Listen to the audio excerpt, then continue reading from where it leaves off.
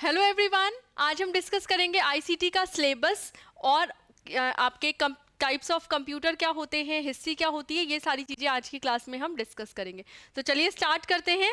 सबसे पहले general abbreviation and terminology आपके सिलेबस में मेंशन है। सिर्फ यही 4-5 टर्म्स आपके सिलेबस में है, बट इसी में आपको पूरा कंप्यूटर पढ़ना होता है। तो जितना भी आपका संक्षिप्तीकरण है या फिर जितने भी एब्रीविएशन है, सबके बारे में आपको पता होना चाहिए। सारी शब्दावली, जो भी टर्म्स आपके कंप्यूटर में इस्तेमाल किए जाते हैं, वो आपको पता होना चाहिए।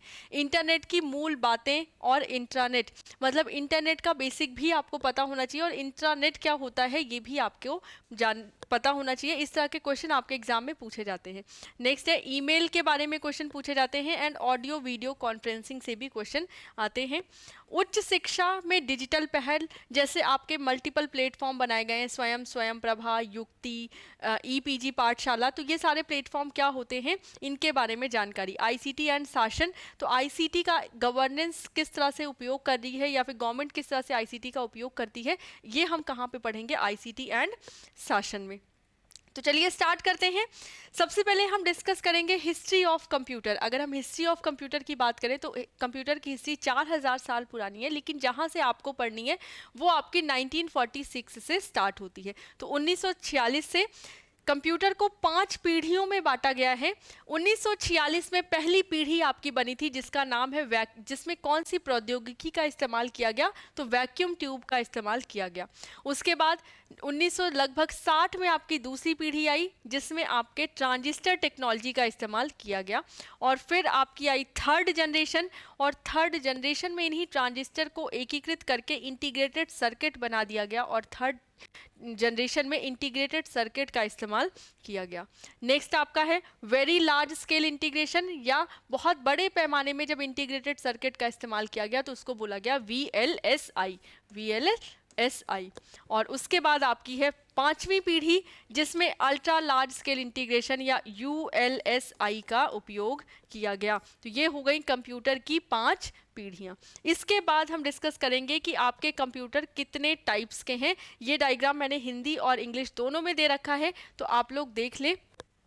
इंग्लिश में भी है, वीडियो को पॉज करके आप यहाँ से समझ लें चीज़ों को, और मैं आपको हिंदी में पूरा समझा रही हूँ। तो कंप्यूटर के आपके प्रकार हैं। कंप्यूटर को हम 3 प्रकार में बांट सकते हैं, 3 भागों में बांट सकते हैं। एक तो जिस हिसाब से कंप्यूटर आपका डेटा हैंडल करता है उसके अकॉर्डिंग हम कंप्यूटर को बांटते हैं डेटा संधारण के आधार पर। तो डेटा संधारण के आधार पर हम एनालॉग, डिजिटल और हाइब्रिड में बांटेंगे। एनालॉग कंप्यूटर ऐसे कंप्यूटर हैं जो एनालॉग सिग्नल को या नेचुरल सिग्नल को, जो आपकी आवाज़ है या जितने भी नेचुरल सिग्नल हैं जो तार द्वारा आपके प्रवाहित होते हैं, उन सिग्नल्स को एग्जीक्यूट करता है या उन सिग्नल का उपयोग करता है, उसको बोला जाता है एनालॉग कंप्यूटर। डिजिटल कंप्यूटर जो डिजिटल वर्ल्ड के हैं, जैसे आपकी स्मार्ट वॉच है, आपके कंप्यूटर्स हैं, लैपटॉप्स हैं, वो आपके डिजिटल कंप्यूटर हो जाएंगे। हाइब्रिड जो दोनों तरह के सिग्नल का इस्तेमाल करते हैं वो आपके क्या होंगे, हाइब्रिड कंप्यूटर कहलाएंगे। नेक्स्ट है आपका आकार के आधार पर हम 5 भागों में बांट सकते हैं। सुपर कंप्यूटर जो कि सबसे बड़ा होता है, उसके बाद मेन फ्रेम कंप्यूटर वो उससे छोटा है, फिर mini frame computer main frame computer से छोटा है, और उसके बाद वर्क स्टेशन जो विशेष कार्य करने के लिए बनाया गया है, और उसके बाद आपका होता है माइक्रो कंप्यूटर जिसको आप पर्सनल कंप्यूटर भी कहते हैं। और उसी तरह से उद्देश्य के आधार पर भी हम इसको बांट सकते हैं कि विशेष उद्देश्य या सामान्य उद्देश्य पे किस तरह से कंप्यूटर को उपयोग करते हैं। जैसे सुपर कंप्यूटर आपका एक विशेष उपयोग के लिए है, वर्क स्टेशन विशेष उपयोग के लिए, लेकिन पर्सनल कंप्यूटर आपका एक सामान्य उपयोग के लिए इस्तेमाल किया जाता है। तो यहाँ तक आज के लिए हम बस यहाँ तक ही पढ़ेंगे। अगर इसकी डिटेल वीडियो चाहिए तो आप चैनल को सब्सक्राइब कर सकते हैं एंड पेड बैच परचेज कर सकते हैं। पेड बैच में आपको सारी जानकारी मिल जाएगी, और पेड बैच की जानकारी चाहिए तो उसके लिए आपको दिए हुए नंबर्स पे कॉल करना है, वहाँ पे आपको सारी जानकारी मिलेगी। तो आज के लिए बस इतना ही रखते हैं। Teachers academy and UGC academy को सब्सक्राइब करना ना भूलें। Have a good day, thank you.